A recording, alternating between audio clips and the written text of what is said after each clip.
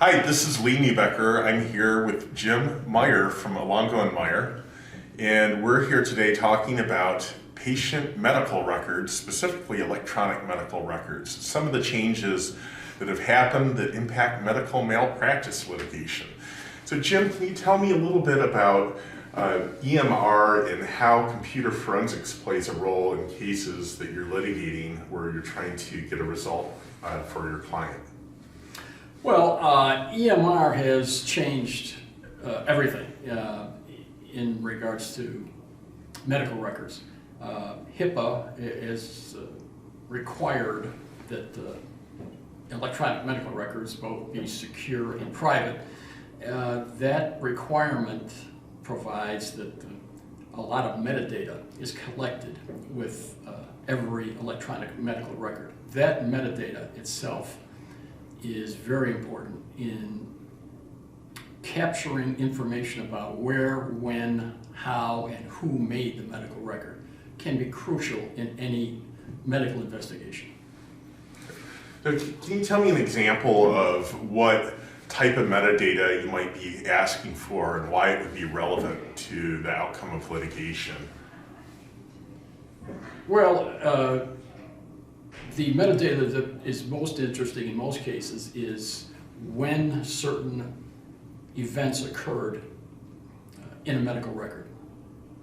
When a test was ordered, when it was performed, when the results were placed in the patient's medical record, when the physician saw those results, what orders may or may not have been entered as a result of that medical test, when medication is prescribed, when it's administered, who administered the medication.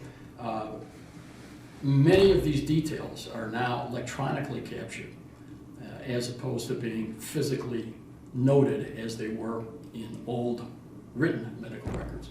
It can make a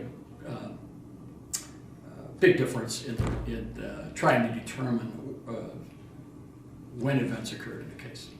Yeah, I know one of the cases I was involved in, I discovered that many of the default reports that are provided with these medical software packages don't necessarily show all available metadata. In fact, what we had to do in one of the cases, we had to work through discovery to try to get the schema of the database, and then we discovered in one instance that there was something known as a sticky note that the nurses and physicians could type little comments in, but there was a presumption that that would never get printed because it's not in any of the default reports.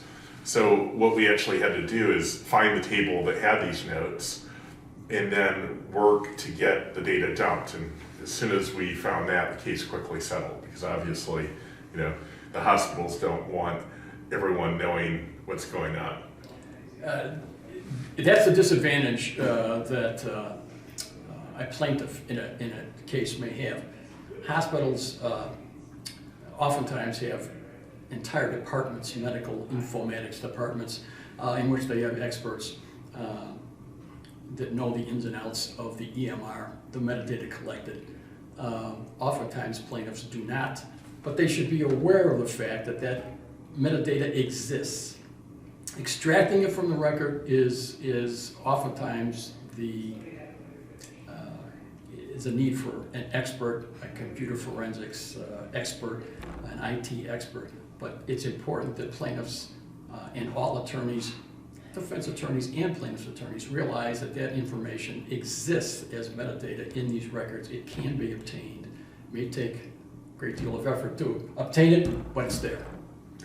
And Jim and I co-authored a paper along with another attorney that appeared in the Illinois State Bar Association on EMR patient medical records, the audit trail, and other things impacting HIPAA and medical malpractice regulations. We'll put that up here too so that you can check that out. Anything else you'd like to add about your practice, Jim? No, we're happy practicing attorneys in Chicago, Illinois. I would recommend any attorney who is involved in any issue similar to this to take a look at the article that Lee was kind enough to co-author with me and John Tomes.